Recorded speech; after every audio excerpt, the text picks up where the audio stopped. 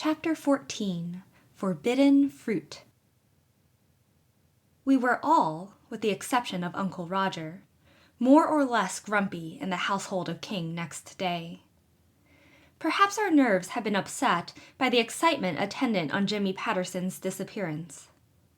But it is more likely that our crankiness was the result of the supper we had eaten the previous night. Even children cannot devour mince pie and cold-fried pork ham and fruitcake before going to bed with entire impunity. Aunt Janet had forgotten to warn Uncle Roger to keep an eye on our bedtime snacks, and we ate what seemed good unto us.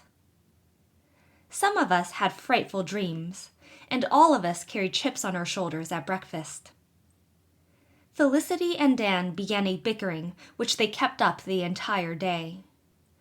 Felicity had a natural aptitude for what we called bossing, and in her mother's absence she deemed that she had a right to rule supreme. She knew better than to make any attempt to assert authority over the story girl, and Felix and I were allowed some length of tether. But Cecily, Dan, and Peter were expected to submit dutifully to her decrees.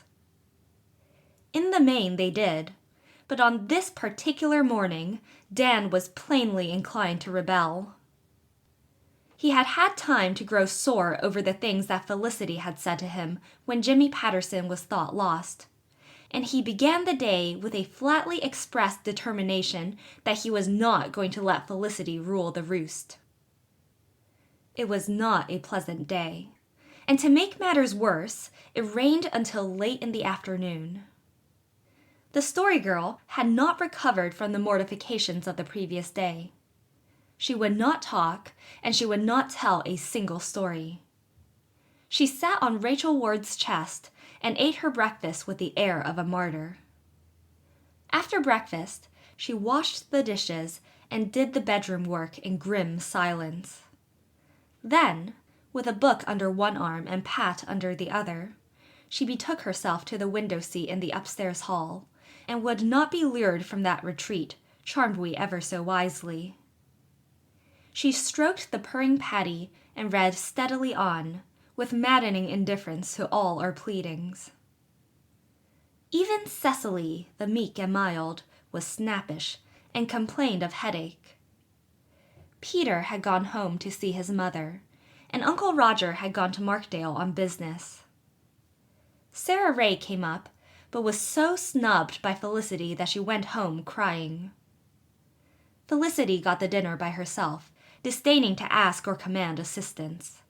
She banged things about and rattled the stove covers until even Cecily protested from her sofa. Dan sat on the floor and whittled, his sole aim and object being to make a mess and annoy Felicity, in which noble ambition he succeeded perfectly. "I wish Aunt Janet and Uncle Alec were home," said Felix. "It's not half so much fun having the grown-ups away as I thought it would be." "I wish I was back in Toronto," I said sulkily. The mince pie was to blame for that wish. "I wish you were, I'm sure," said Felicity, riddling the fire noisily. "Anyone who lives with you, Felicity King, will always be wishing he was somewhere else," said Dan. "I wasn't talking to you, Dan King," retorted Felicity. "Speak when you're spoken to, come when you're called." Oh, wailed Cecily on the sofa. "I wish it would stop raining. I wish my head would stop aching. I wish Ma had never gone away.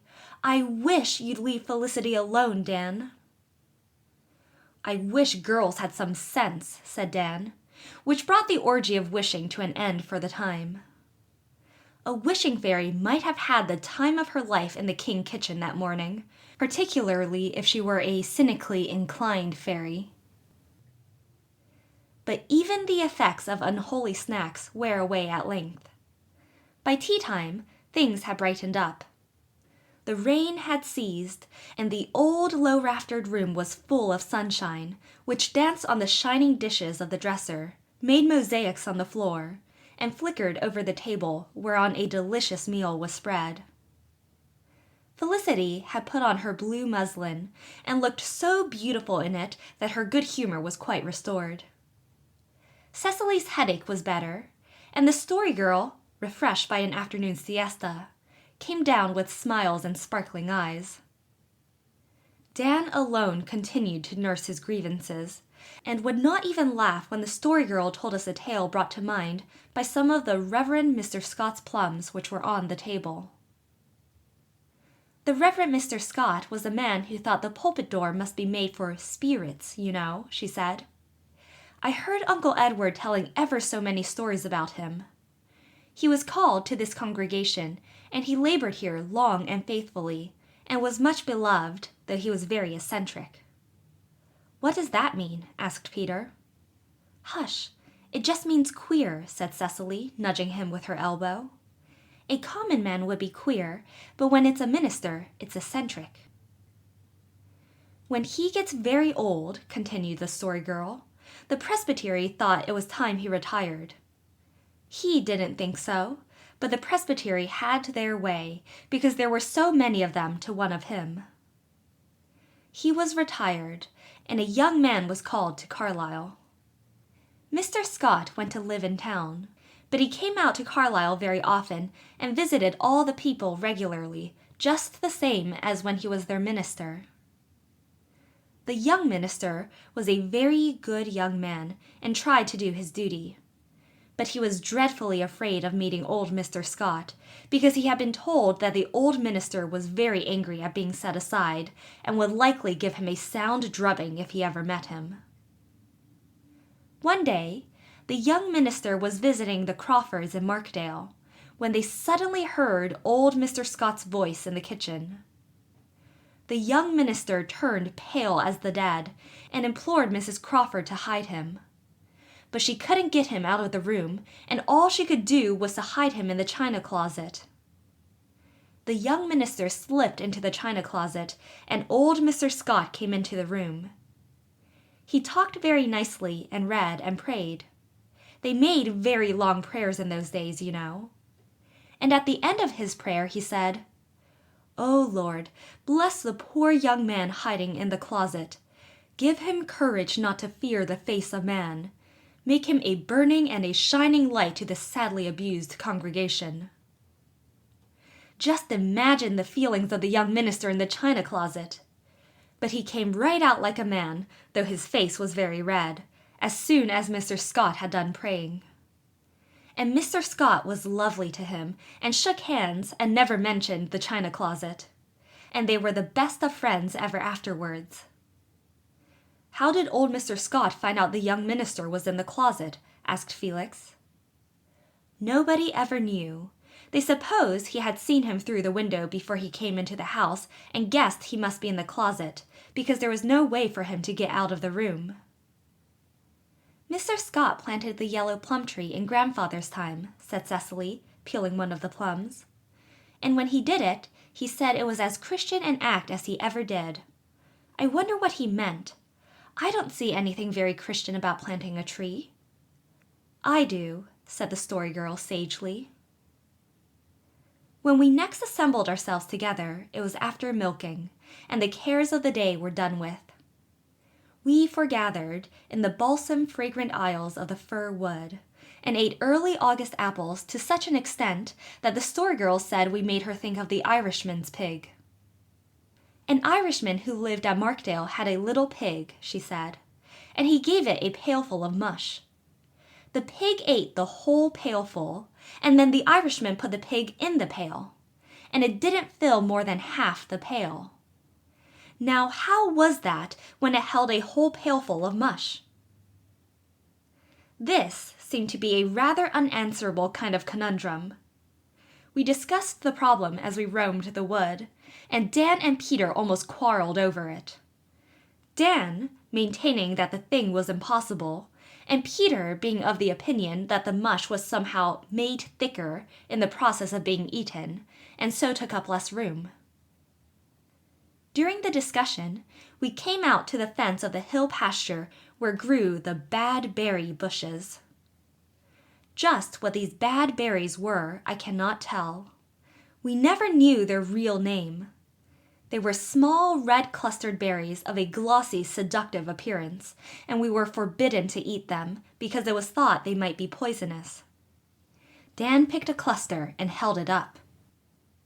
"Dan King, don't you dare eat those berries," said Felicity in her bossiest tone. "They're poison. Drop them right away." Now, Dan had not had the slightest intention of eating the berries. But at Felicity's prohibition, the rebellion which had smoldered in him all day broke into sudden flame. He would show her. "I'll eat them if I please, Felicity King," he said in a fury. "I don't believe they're poison. Look here." Dan crammed the whole bunch into his capacious mouth and chewed it up. "They taste great," he said, smacking. And he ate 2 more clusters, regardless of our horror-stricken protestations and Felicity's pleadings. We feared that Dan would drop dead on the spot. But nothing occurred immediately.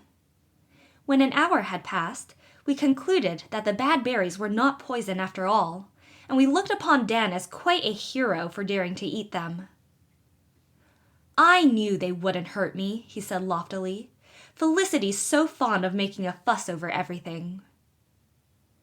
Nevertheless, when it grew dark and we returned to the house, I noticed that Dan was rather pale and quiet.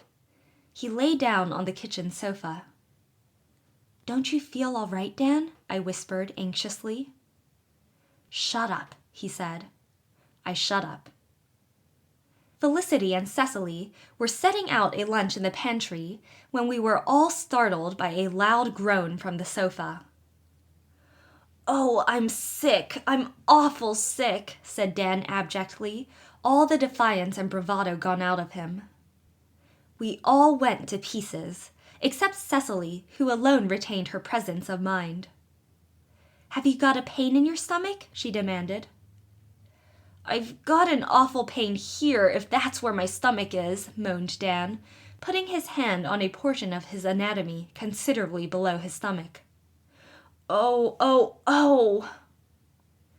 "Go for Uncle Roger," commanded Cecily, pale but composed.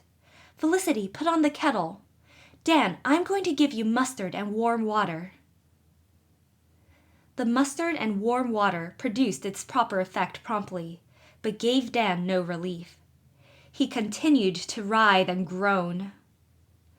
Uncle Roger, who had been summoned from his own place, went at once for the doctor, telling Peter to go down the hill for Mrs. Ray.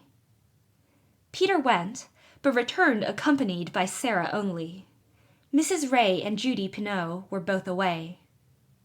Sarah might better have stayed home. She was of no use and could only add to the general confusion, wandering aimlessly about, crying and asking if Dan was going to die. Cecily took charge of things. Felicity might charm the palate, and the story girl bind captive the soul. But when pain and sickness wrung the brow, it was Cecily who was the ministering angel. She made the writhing Dan go to bed. She made him swallow every available antidote which was recommended in the doctor's book. And she applied hot cloths to him until her faithful little hands were half scalded off. There was no doubt Dan was suffering intense pain. He moaned and writhed and cried for his mother. "Oh, isn't it dreadful?" said Felicity, wringing her hands as she walked the kitchen floor. "Oh, why doesn't the doctor come? I told Dan the bad berries were poison, but surely they can't kill people altogether."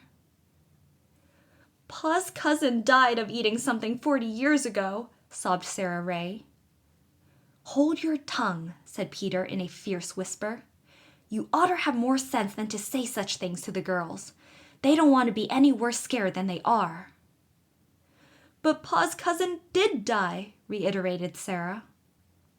"My Aunt Jane used to rub whiskey on for a pain," suggested Peter. "We haven't any whiskey," said Felicity disapprovingly. "This is a temperance house." "But rubbing whiskey on the outside isn't any harm," argued Peter. "It's only when you take it inside it is bad for you." "Well, we haven't any anyhow," said Felicity. "I suppose blueberry wine wouldn't do in its place." Peter did not think blueberry wine would be any good. It was 10 o'clock before Dan began to get better, but from that time he improved rapidly. When the doctor, who had been away from home when Uncle Roger reached Markdale, came at 10:30, he found his patient very weak and white, but free from pain.